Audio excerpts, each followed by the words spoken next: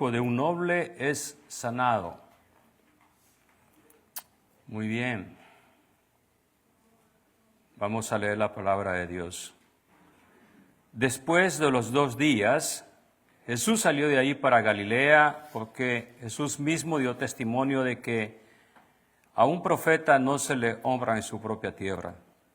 Así que cuando llegó a Galilea, los galileos lo recibieron, pues habían visto todo lo que él hizo en Jerusalén durante la fiesta, porque ellos también habían ido a la fiesta. Entonces vino otra vez Jesús a Caná de Galilea, donde había convertido el agua en vino, y había allí cierto oficial de rey cuyo hijo estaba enfermo en Capernaum. Cuando él oyó que Jesús había venido de Judea a Galilea, fue a su encuentro y le suplicaba que bajara y sanara a su hijo, porque estaba al borde de la muerte. Jesús entonces le dijo: si ustedes no ven señales y prodigios, no creerán. El oficial del rey le dijo: Señor, baja antes de que mi hijo muera. Puede decirte, tu hijo vive, le dijo Jesús. Y el hombre creyó la palabra que Jesús le dijo y se fue. Y mientras bajaba a su casa, sus siervos le salieron al encuentro y le dijeron que su hijo vivía. Entonces les preguntó, ¿a qué hora había empezado a mejorar? Y le respondieron, ayer a la 1 p.m. se le quitó la fiebre. El padre entonces se dio cuenta de que fue a la hora de que Jesús le dijo, tu hijo vive, y creyó él con toda su casa. Esta fue la segunda señal que Jesús hizo cuando fue de Judea a Galilea. Vengamos en oración, Padre. Suplicamos, oh Dios, tu bendición en la exposición de la palabra y oramos que tu Espíritu Santo nos guíe a través de ella para encontrar las verdades que tú deseas que conozcamos, que aprendamos y que pongamos en práctica. Nos encomendamos a ti, oh Dios, en este camino de la exposición de tu palabra. En Cristo Jesús oramos. Amén. Voy a ir a la introducción.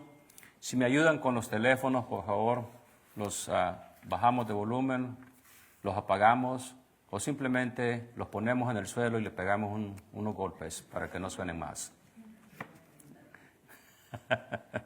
Ahí tengo un martillo, de hecho, así que cualquiera que necesite un martillo me avisa, ¿no? Silvestre está dispuesto, dale, dígase. Muy bien, introducción. Después de 2 días Jesús salió para Galilea. Jesús iba camino al norte, ¿se acuerdan? Y había pasado ese tiempo con los samaritanos, 2 días específicamente, y después decide volver a Galilea. Ahora, pensemos esto, ahí había hecho el primer milagro, ¿no? En Caná de Galilea, dice. Y la gente, sus vecinos, la gente que vivía junto con él, dice, no creían en él. Entonces había un rechazo de parte de ellos.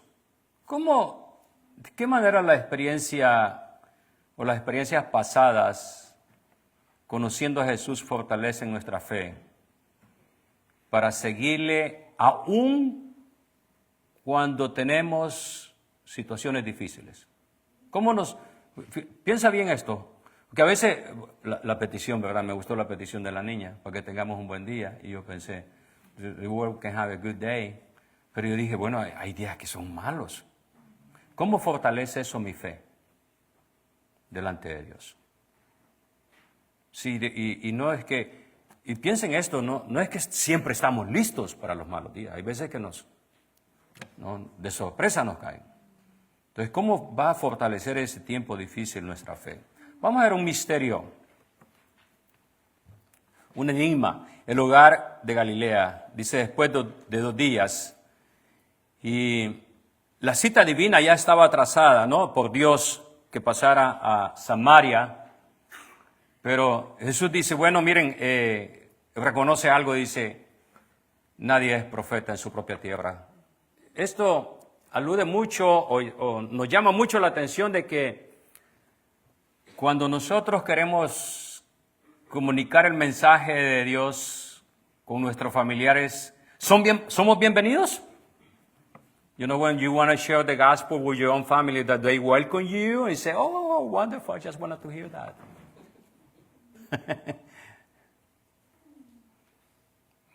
Algunas veces, ¿sabes qué? Mejor tú no digas nada, no opines.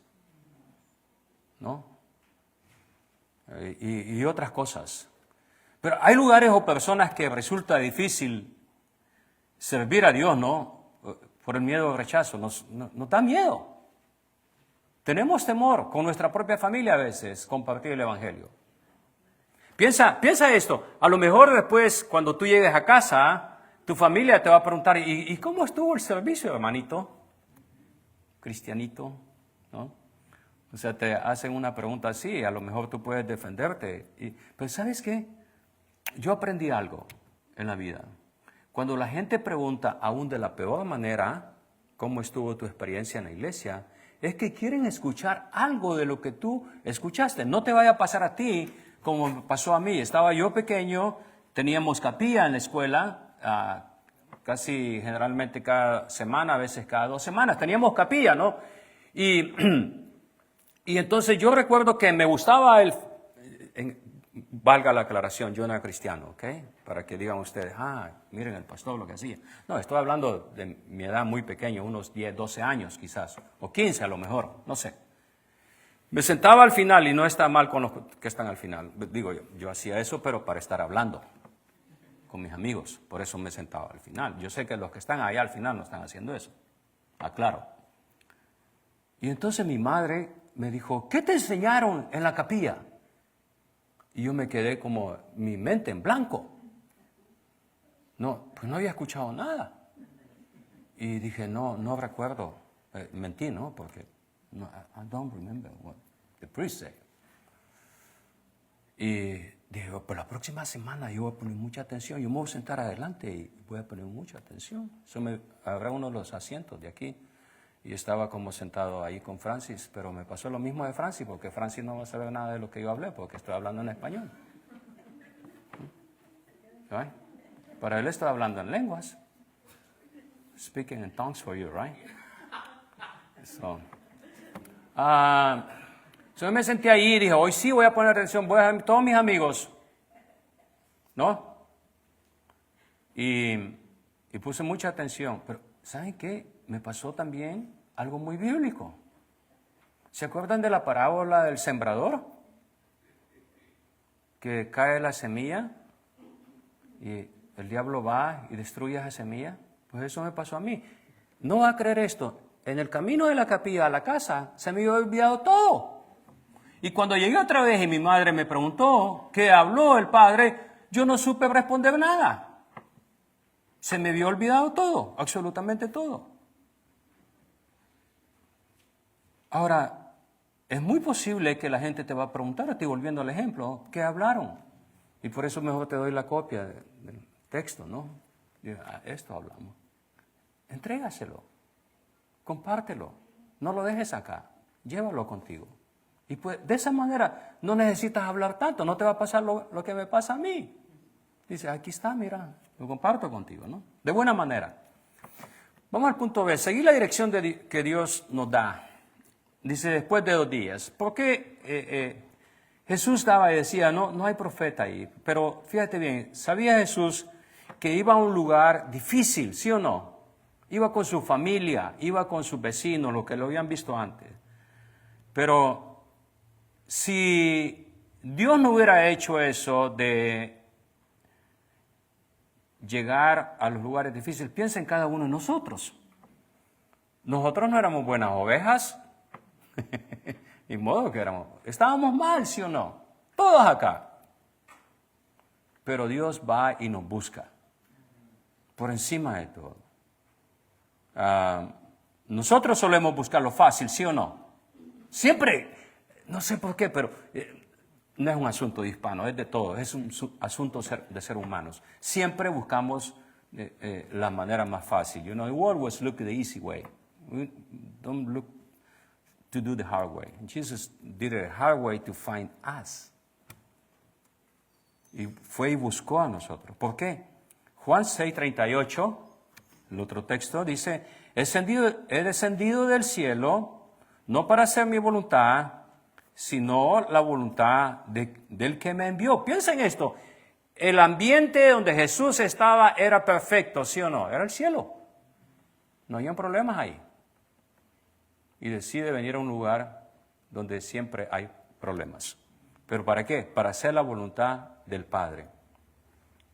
Ahora, ¿cuándo fue la última vez que seguimos la dirección de Dios?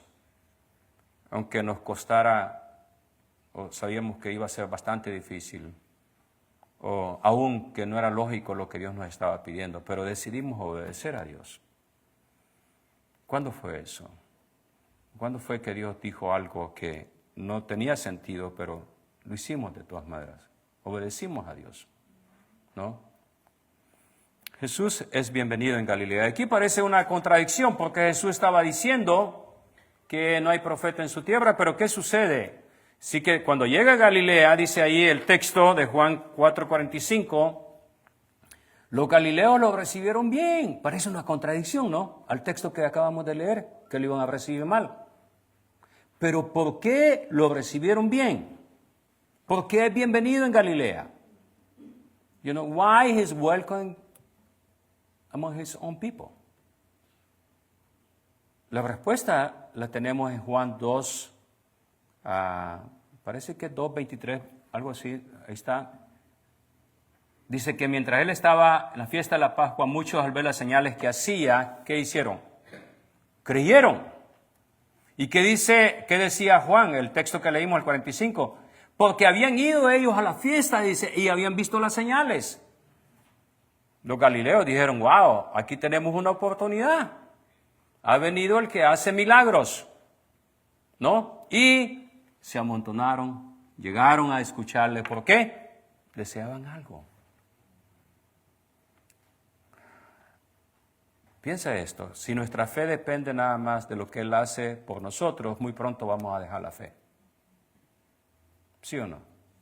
Si mi fe depende de lo que Dios haga por mí, ¿ok? O lo que yo espero que Él haga por mí, pero cuando no lo hace, ¿qué hago?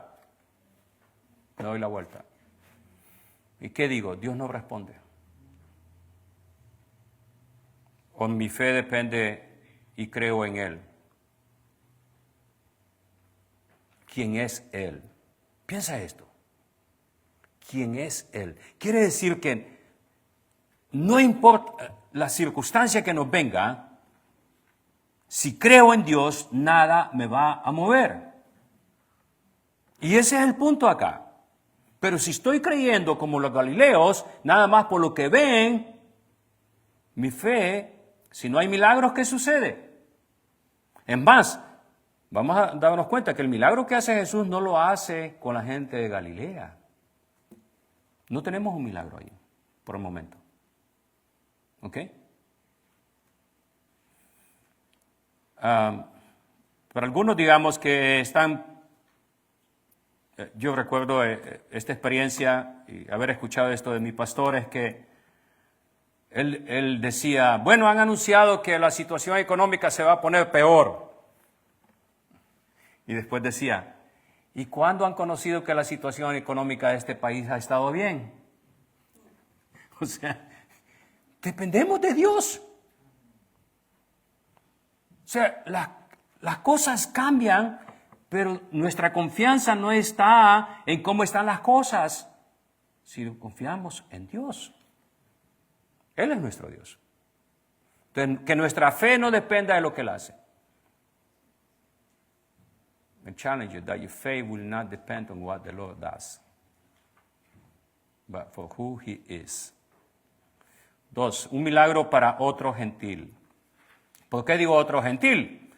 Porque los samaritanos para los demás eran gentiles, no eran judíos, ¿se acuerdan?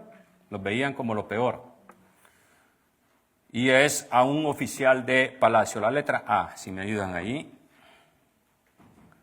Y este es un hombre que tiene mucha fe, porque la historia es que él escucha que Jesús viene, Piensa esto, en el mundo donde no había internet, no había noticias, no había televisión, no había satélite, no había nada, este hombre llega a escuchar que Jesús iba a Galilea. A lo mejor allá cuando estaba con los samaritanos dijo, bueno, en 2 días nos vamos a Caná, muchachos. Y se corrió el rumor y dijo, hey, ya conozco el horario de Jesús, ¿no? Va a estar en 2 días. ¿Y qué sucede? Este hombre llega a buscar a Jesús. ¿Qué seríamos capaces de hacer nosotros por un hijo enfermo? Por un hijo que necesita. ¿Qué seríamos capaces de hacer? Seríamos capaces de hacer muchas cosas, ¿sí o no? You know, if you have a child that is sick, you're capable of anything, to do anything. And this is the case. Veamos la siguiente, por favor. Ahí está el mapa. Mira ahí, vamos a ver si estoy apretando el que no es. Ahí está Capernaum, ¿ves ahí? Aquí es donde estaba el oficial. Y aquí está Canaán. Ahora, Canaán está en las montañas, o lo que llamáramos las colinas. You know, Canaán es uphill. So, este hombre tuvo que viajar 20 millas, poquito más de 20 millas quizás, por las vueltas y todo, un poquito más de 20 millas. Un cálculo para ustedes, los conocedores de acá, de este terreno, es como ir de aquí, de la iglesia al casco de la Rochdale. ¿Ok? Y tú dices, 20 minutos, pastor, no es mucho. Claro, en auto.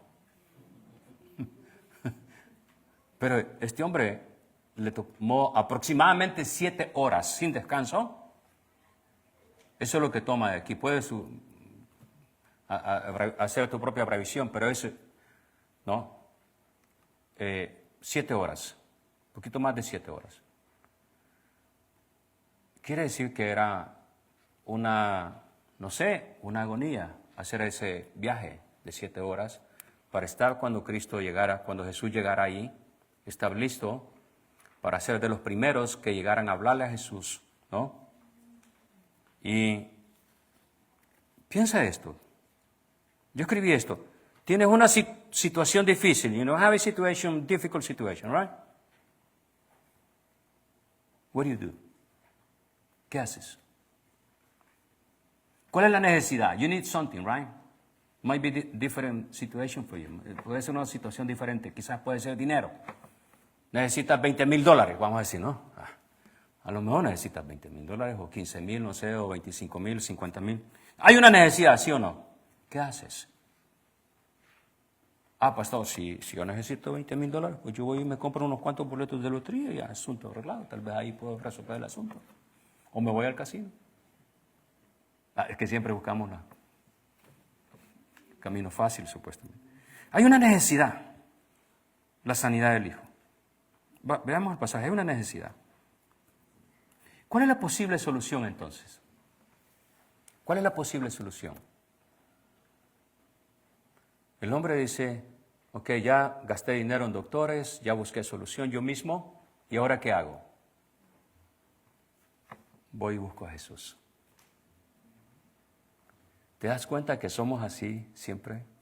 Que Jesús es el último recurso, Dios es el último recurso que buscamos. It's really what happened with man. God is the last resort to look for an answer.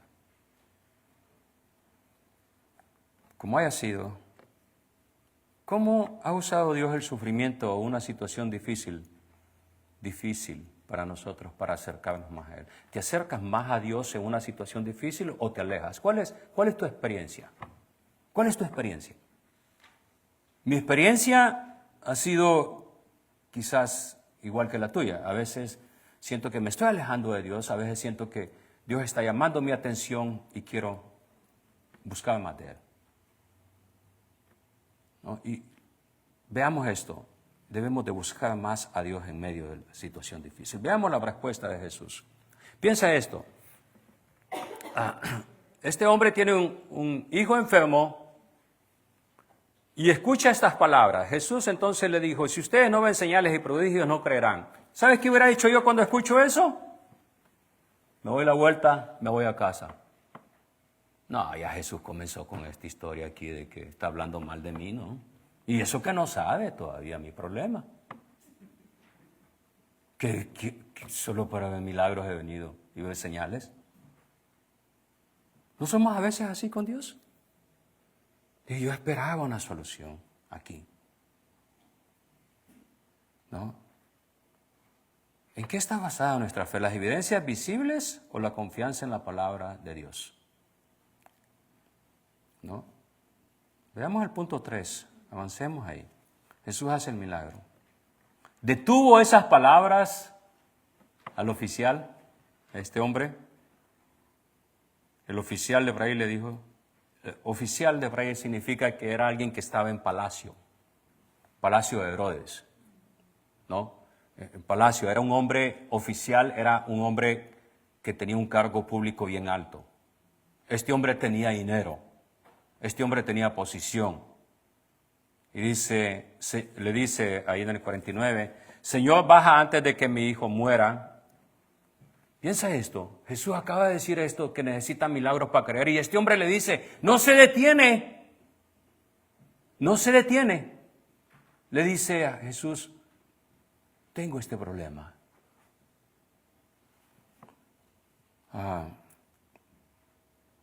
¿Sabes? Rápidamente te voy a contar, una vez estaba yo en la mesa del pastor comiendo con los empleados de la iglesia, eran como unos 20 empleados de la iglesia, y algo otros que estábamos ahí que no éramos empleados de la iglesia, y no era empleado de la iglesia. Yo iba a comer con ellos porque hacía algunos trabajos casualmente, y era invitado por el gerente general o el manager de la iglesia a comer con ellos los sábados. Y ese día el pastor comenzó a hablar muy mal de los que llegaban a comer de gratis ahí. Y yo me quedé así con la comida aquí, me quedó, ¿no? ¿Qué? ¿Está hablando de mí? Pero habían 2 o 3 más que no eran empleados. Y al final, piensa esto, se tardó media hora hablando él. No voy a explicar todo lo que dijo, pero se tardó como media hora hablando de la ingratitud, desagradecidos que eran unos. Pero hasta allá al final, que yo ya estaba pálido, ya casi me desmayaba de la vergüenza, dijo, bueno, no estoy hablando de Alejandro porque él hace trabajo aquí. Y yo dije, pero ¿por qué no dijiste eso antes? Ya mi comida ya me cayó mal. De veras, ya mi estómago estaba todo revuelto, no así. Porque yo estaba con una vergüenza. Entonces yo supe que estaba hablando por los otros 3, que no hacían nada en la iglesia. Dije, ¿por qué no lo llamaste aparte? Y les hubieras dicho, no delante de todos. Pero bueno, la historia es de que este hombre no se detiene. ¿Te das cuenta? Si ahora ves la ilustración acá, de que no se detiene. Va y qué fe más grande, ¿no? ¿Y qué le dice Jesús? Puedes irte, tu hijo vive, le dijo Jesús. Y el hombre creyó la palabra que Jesús le dijo y se fue. Ya tenía fe en Jesús, de hecho, al venir, caminar 7 horas, al hablar después de lo que Jesús había dicho. Y él le dice, no, Señor, desciende antes que mi hijo. ¿Sabes por qué? Porque para este hombre era necesario que Jesús estuviera ahí en el preciso momento, el preciso lugar donde su hijo estaba enfermo. ¿Te das cuenta de eso? Do you see that? For this man, Jesus has to be there with the child who is sick to do a miracle. Cada milagro que Juan nos presenta habla de la divinidad de Cristo. Cada milagro. ¿Y qué hace Jesús acá? No necesita estar presente. ¿Quién es el único que hace milagros que no necesita estar presente, hermano? Dios. ¿Te das cuenta? Cada milagro de Juan apunta, Jesús es Dios. Yo no he conocido a nadie que sane así a control remoto. Jesús lo hace.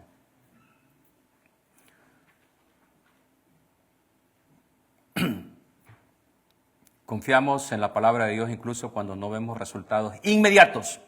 ¿Confiamos en Dios? Piensa en esto. Le dice, puedes irte. ¿Yo qué hubiera hecho? No, Jesús, por favor, hombre. Ven conmigo, mira, así no son las cosas. Por favor, ven conmigo. Yo sé que está lejos, pero yo te pago el viaje. Es más, yo te pago el boleto de ida y vuelta, pero ven conmigo, ¿no? Pero este hombre cree y se marcha. Ya no sigue hablando. ¿Te das cuenta de eso? Ya no sigue hablando. Se va. Confiamos en la palabra de Dios, aunque las cosas no sean, la solución no sea inmediata. O nos tiemblan las piernas al ver que no encontramos la solución inmediata. Veamos la confirmación del milagro. Esto es bien interesante. Mientras bajaba a su casa, sus siervos salieron al encuentro y le dijeron que su hijo vivía. ¿Y qué es lo que Jesús dijo? Tu hijo vive. ¿No? Tu hijo vive. Y dice el hombre, bueno, ¿a qué horas había empezado a mejorar? Y le respondieron, ayer a la 1 de la tarde se le quitó la fiebre. Convulsiones, lo que haya sido. Y se dio cuenta que era el tiempo exactamente cuando Jesús pronunció las palabras, tu hijo vive. ¿Te das cuenta de eso? El hombre comprueba el milagro y dice, creyó él y toda, ¿qué? Su casa. Hoy vamos a hacer algo en esta oportunidad después del servicio, que mucha gente piensa que es un sacramento individual, pero aquí dice, creyó toda su casa. Las promesas son para ustedes y para nuestros hijos. Esto es bien importante. Él mismo creyó. Cuando un hombre lleva la fe a su hogar y tiene un impacto personal en la familia y en los que le rodean, un hombre. Tengo ganas de hacer un sermón que se titule Se busca un hombre, pero un hombre de fe. Aquí encontramos un hombre de fe que lleva la fe a su hogar. Conclusión. Esta fue la segunda señal que Jesús hizo cuando fue de Judea a Galilea. La primera fue la conversión del agua en vino. El Señor comenzó con el matrimonio. Qué interesante eso, ¿no? Con la familia. Y te das cuenta que el segundo milagro, aunque es individual, es decir, a un joven, involucra a toda la familia otra vez. ¿Te das cuenta de eso? Toda la familia. Por eso cuando Dios te llama a ti y a toda la familia. Y tenemos que tener esa fe en el Señor. Juan 20:31, ¿qué nos dice? Estas cosas se han escrito ¿para qué? Para que crean que Jesús es el Cristo, el Hijo de Dios, y para que creyendo tengan vida en su nombre. La razón por la cual Juan pone todos estos milagros es para que creamos en Cristo Jesús como nuestro Señor, nuestro Salvador, nuestro Dios. Vengamos en oración.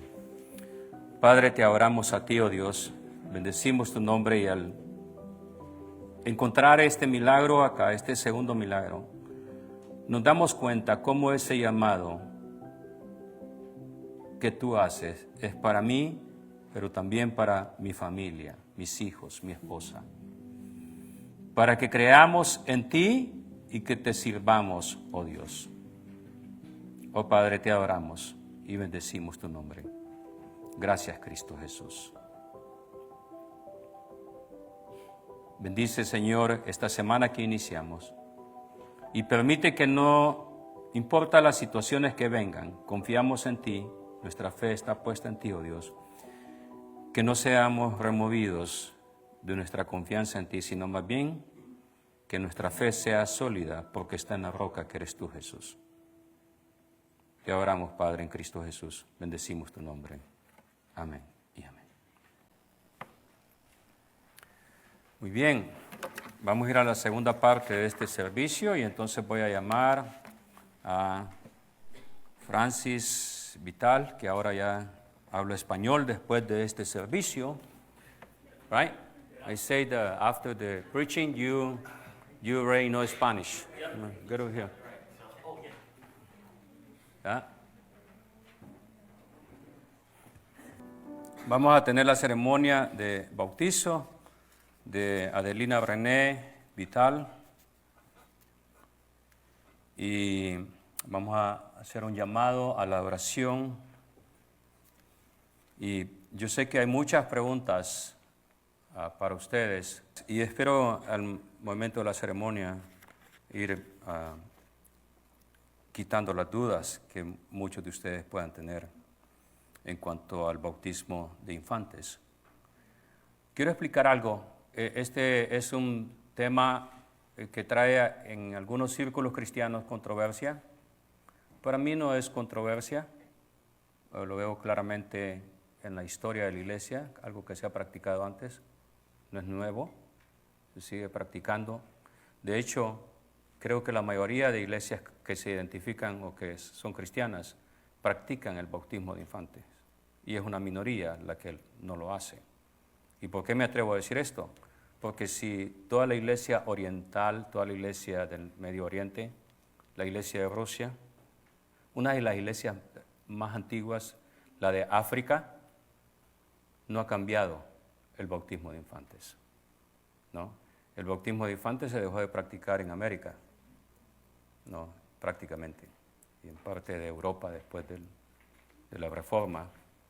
Entonces es algo nuevo que no se practique. Lo antiguo es que se practica el bautismo de infantes.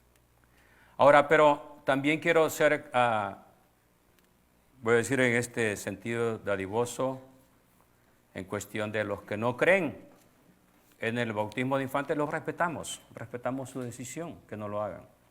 Por ejemplo, nuestros pastores en Centroamérica, a ninguno de ellos les exigimos que hagan el bautismo de infantes, porque es algo que no es comprendido en el medio, es visto mal.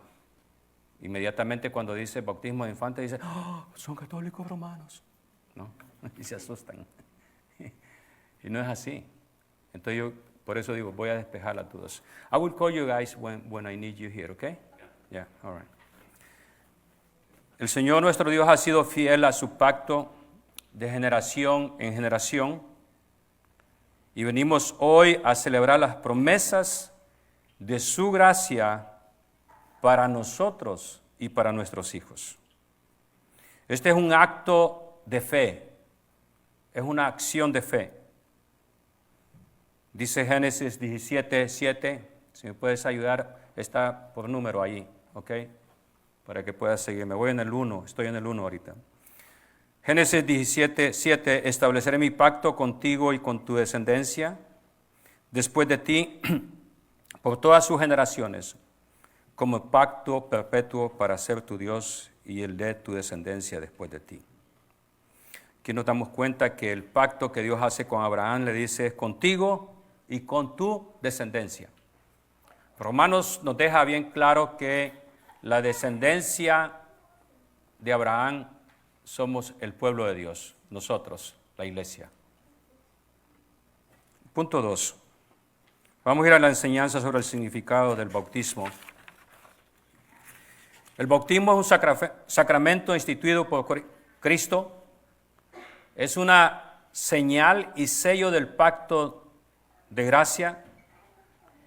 En el Antiguo Testamento Dios dio la circuncisión como señal de su pacto con Abraham. Aquella señal apuntaba a la necesidad de la limpieza del corazón y a la promesa de un pueblo apartado para Dios. Esa era la señal. Era una señal dolorosa, la circuncisión para los varones. En el Nuevo Testamento el Señor sustituyó la circuncisión por el bautismo como señal del mismo pacto. Ahora, cumplido en Cristo, por lo tanto, así como los hijos de los creyentes estaban incluidos en el pacto antes, siguen estando incluidos hoy y deben de recibir la señal del bautismo. Algunas personas, yo he escuchado esto muy como un tema de debate, y dicen, bueno, la circuncisión era nada más para los varones y a los niños. Y dice, y el bautismo solamente es para los adultos.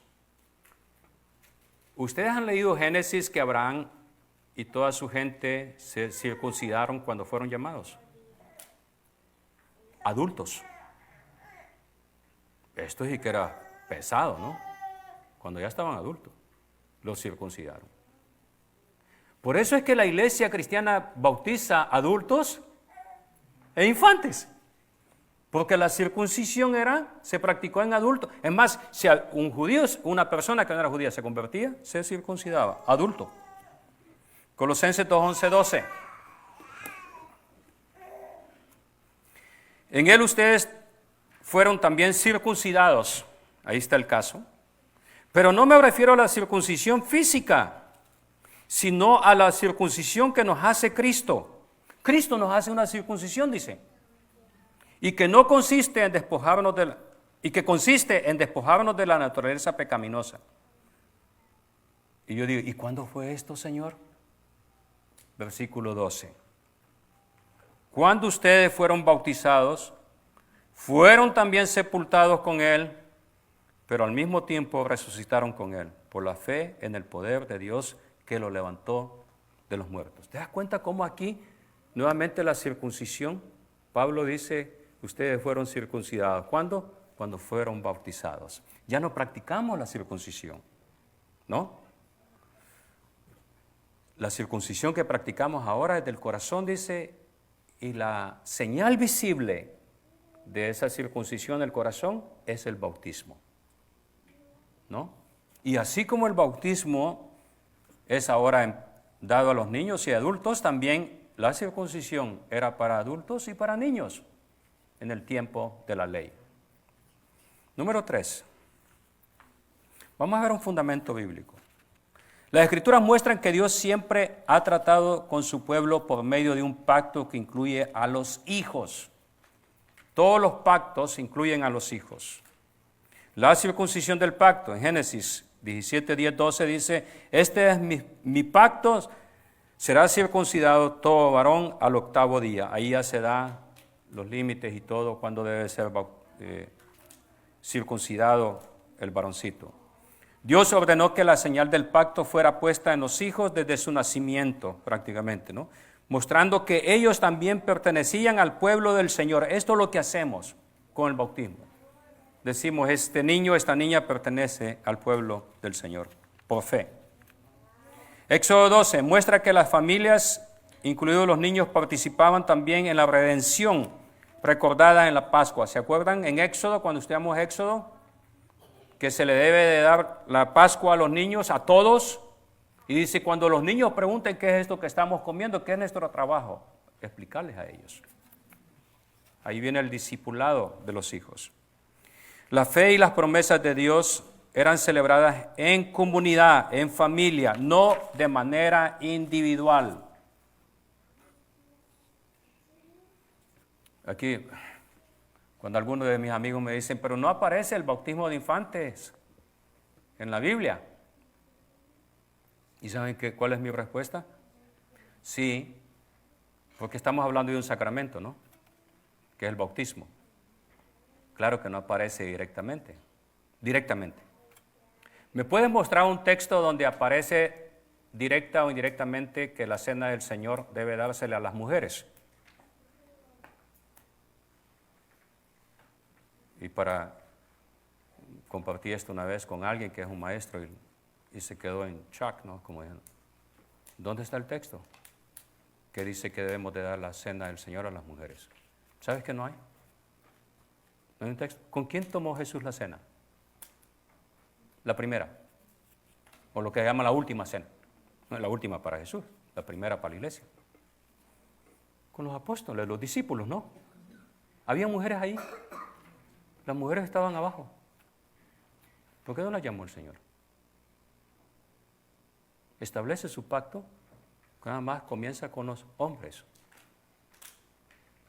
Pero no hay mujeres ahí. Para aquellos que dicen que no está claramente, sí, no está claramente, pero vamos a ver alguna evidencia más adelante.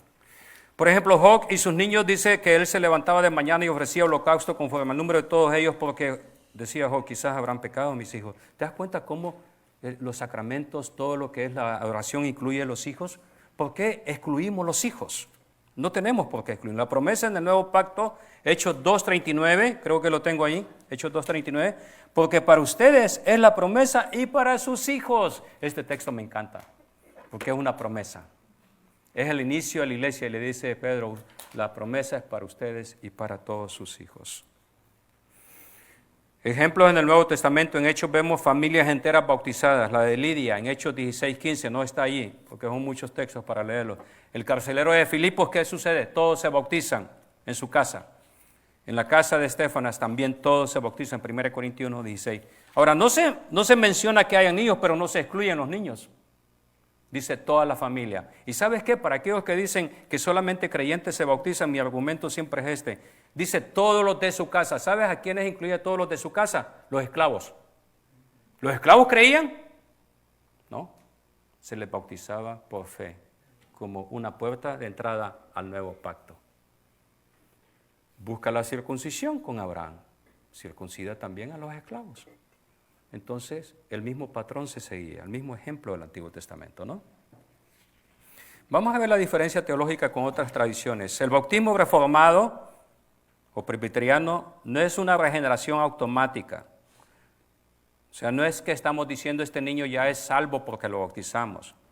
Es una señal y sello de las promesas de Dios. El agua que vamos a poner aquí en un momento, esta agua no salva a nadie, no quita pecados, ni el original. No enseñamos eso. El agua es un símbolo de la purificación de Dios. Jesús mismo ya lo vimos, que Él usa esa palabra, el agua.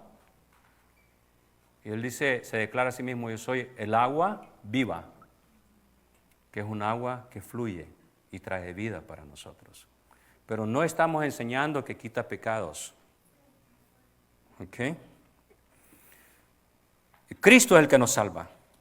El Espíritu Santo aplica la gracia en el tiempo de Dios, confirmando, fíjate bien esto, confirmando en el corazón lo que nosotros hemos hecho y lo que el signo o la señal simboliza.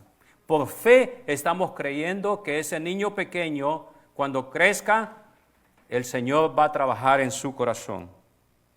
Y yo sé que en la teología católica romana, el bautismo borra el pecado original en el acto mismo, pero no estamos enseñando eso, porque el único que borra el pecado es Cristo Jesús. No hay una gracia especial en el bautismo. Nosotros creemos que el sacramento señala y sella la promesa de Dios. El Espíritu Santo es el que en su tiempo trabajará y hará real esa promesa que recibimos este día.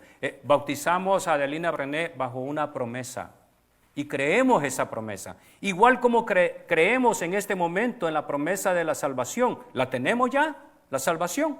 No. ¿Cuándo la vamos a tener?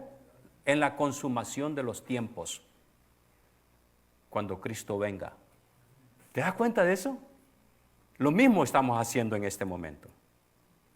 Ahora, muchos grupos enfatizan que la fe es la fe consciente antes del bautismo, ¿no? Es decir, que la persona debe mostrar fe antes de ser bautizada. El problema que tengo yo con este pensamiento es que yo en mi vida he bautizado muchas personas, adultos. De hecho, yo fui bautista por muchos años. Me identifico mucho con ellos todavía, en sus creencias, en algunas de sus creencias. Bauticé a muchos adultos, pero ¿sabes cuál es la experiencia que yo tengo a través de los años? Que muchos de los que bauticé ya no están ni en la iglesia. Yo pensé que tenían fe genuina, verdadera, pero los bauticé. Entonces el hecho de decir solamente bautizamos a los creyentes, yo tendría que ser Dios para decir esa declaración. Porque yo no sé quién es creyente o quién no. Yo bautizo por lo que veo, pero no por lo que conozco. ¿Me explico? Porque no conozco, porque no soy Dios.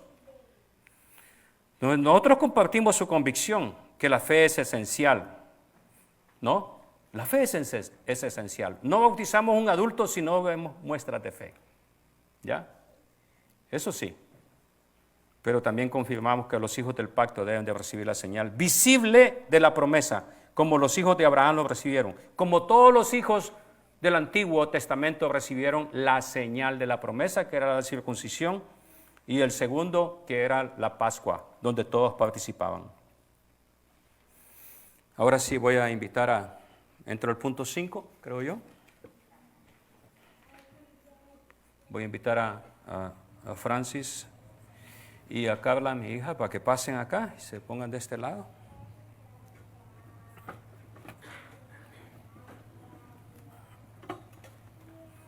Si puedes ponerte acá es mejor, ¿ok? Porque ellos van a estar acá de este lado. Ahí. Muy bien. Aquí está Adelina Brené. Ustedes han traído a Adelina Brené creyendo en la promesa que el Señor nos hace al declararlos, nombrarlos hijos del pacto, que esa promesa un día se va a coronar cuando Adelina públicamente confiese a Jesús como su Señor y Salvador delante de su pueblo, ¿no? Eso en unos años lo veremos. We will see that promise being fulfilled, part of the promise, being fulfilled when she does the profession of faith. Absolutely. And the complete fulfillment is going to be when we are right in front of the Lord. That's right. Yep. Right? Yep. So, déjeme hacerle algunas preguntas. Si Carla, tú vas a ayudar con esto, si él no entiende, pero yo les pasé las preguntas antes, ¿no? I'm going to do it just in Spanish. So I'm going to pray the Lord give you the gift of tongues to you. Okay. ¿Reconocen que su hija Adelina necesita la gracia redentora de Cristo igual que ustedes? Yes, with God's help. ¿Prometen enseñar a su hija Adelina Brené las verdades del Evangelio, orar por ella todos los días, para que Dios confirme en la vida de ella las promesas de su pacto? Yes, with God's help. With God's help, con la ayuda de Dios. ¿Confían en la fidelidad de Dios que cumple lo que hoy hacemos? Y este es un símbolo nada más. ¿Confían en eso, en la fidelidad de Dios? Yes. Bien. Bien. Vamos a ver al momento difícil ahora. ¿Me la prestas aquí? ¿O tú la quieres tener ahí? Ok. Bueno, acércate entonces acá. ¿Quieres que le quite su gorrito? Sí, mejor.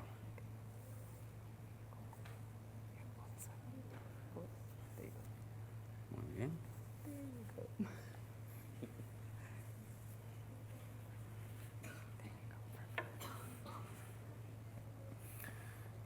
Muy bien, Adelina Brené, yo te bautizo en el nombre del Padre,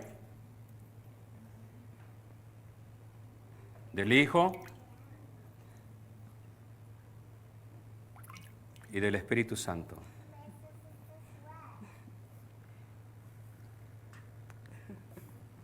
Bien, wow.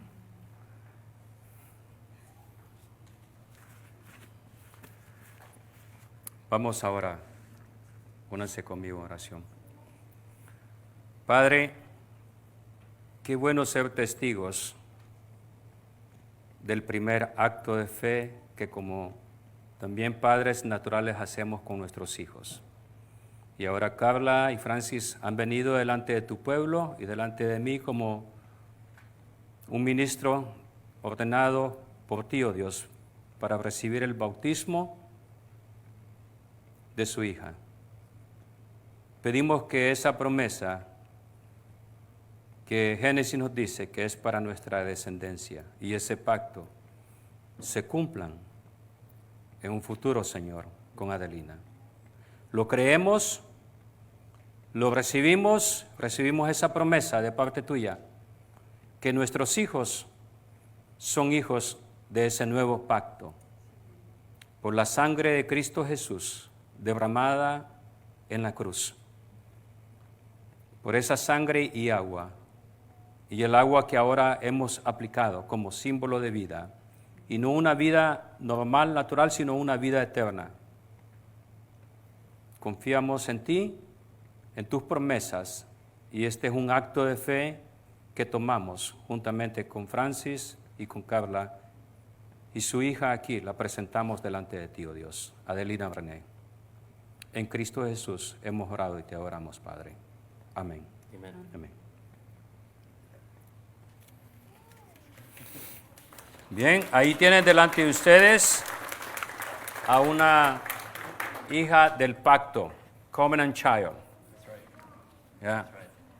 El Dios de Abraham, de Isaac y de Jacob, Dios y Padre nuestro, de nuestro Señor Jesucristo, le damos las gracias a Dios en Cristo, porque nos haces partícipes de este pacto eterno.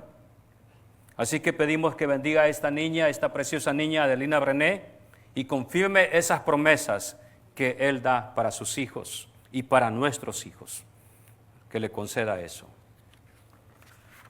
Permítame cerrar con esto, con este texto, y este es un texto que mis hijos lo conocen de memoria. El Señor te bendiga y te guarde. El Señor haga resplandecer su rostro sobre ti y tenga de ti misericordia. El Señor alce sobre ti su rostro y ponga en ti paz. Dios les bendiga.